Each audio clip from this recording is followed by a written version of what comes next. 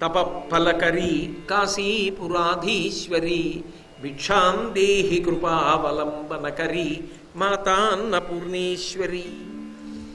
మా అన్నపూర్ణేశ్వరి, నువ్వు కాశీపట్టణానికి రాణివి, అటువంటి నువ్వు దయతో నాకు భిక్షని పెట్టవలసింది. ఇప్పుడు మీరు ఒక విషయాన్ని గమనించండి, 3 మాటలు చెప్తే సత్యం ఏదైనా. ఇప్పటికి 3 శ్లోకాలు అయ్యాయి. 3 శ్లోకాల్లో శంకరాచార్యుల వారు అన్నపూర్ణమ్మ ఎక్కడుంటుంది చెప్తూ వస్తున్నారు కదా.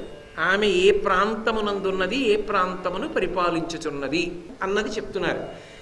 ఒక వ్యక్తి, ఒక రాజు ఒక ప్రాంతాన్ని పరిపాలిస్తుంటే ఎక్కువ కాలం అక్కడే ఉంటాడు. ఎందుకంటే పరిపాలన అంటే ప్రజల బాగోగులు చూడాలి. ఎక్కడో ఉండి ఎలా కుదురుతుంది? అక్కడే ఉండి పరిపాలన చేస్తాడు. కాబట్టి కాశీపురాధీశ్వరి, అధీశ్వరి కనుక ఆవిడ ఎక్కడుంటుంది? అదేం పెద్ద ప్రశ్న అని వేసింది. కాశీపురాధీశ్వరి ఆవిడైతే ఆవిడ ఎక్కడ ఉండాలి? కాశీలో ఉంటుంది. కానీ 4వ శ్లోకంలో శంకరాచార్యులు వారు అంటున్నారు, కైలాసాచలకందరా లయకరి. ఆమె కైలాస పర్వతంలో ఉన్నటువంటి ఒక గుహలో ఉంది అన్నారు. మరి అదేమిటి?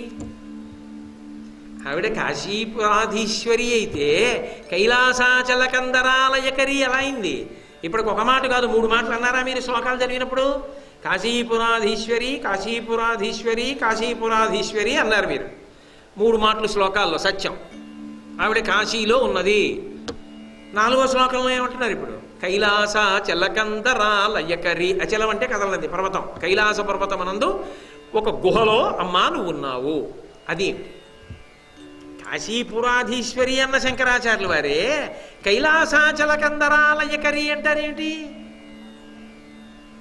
మరి ఈ నామాన్ని ఎలా చెప్పడం అంటే మీరు ఒక్కటి బాగా పట్టుకోవాలి. అందులో ఆవిడ కాశీలో ఉంది, కైలాసాచలకందరాలయకరి అక్కడ ఉంది, 2 చోట్ల ఉంది.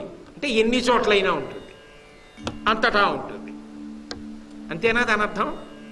ఒక్క చోటే ఉంటుందన్నాను అనుకోండి, అంతకన్నా దాటలేడు ఓ పరిమితితో ఉన్నవాడు. అక్కడే కాదు ఇక్కడ ఉంటాడు. అంటే అక్కడ ఇక్కడ ఉండగలిగితే ఎక్కడైనా ఉంటాడు, అంతటా ఉంటాడు. అంటే ఇప్పుడు పార్వతి అని అక్కడ పేరెట్టుకుని ఉంటుంది, అన్నపూర్ణ అని కాశీలో పేరెట్టుకుని ఉంటుంది. పేర్లు ఏవైనా తత్వం మాత్రం అంతే ఆవిడే అని శంకరాచార్యులు వారు చెప్పారా? అలా చెప్పాలా? ఇది చదివితే అర్థం కాదా? చెప్పకుండా చెప్పడం శంకరాచార్యుల వారి ప్రీతి.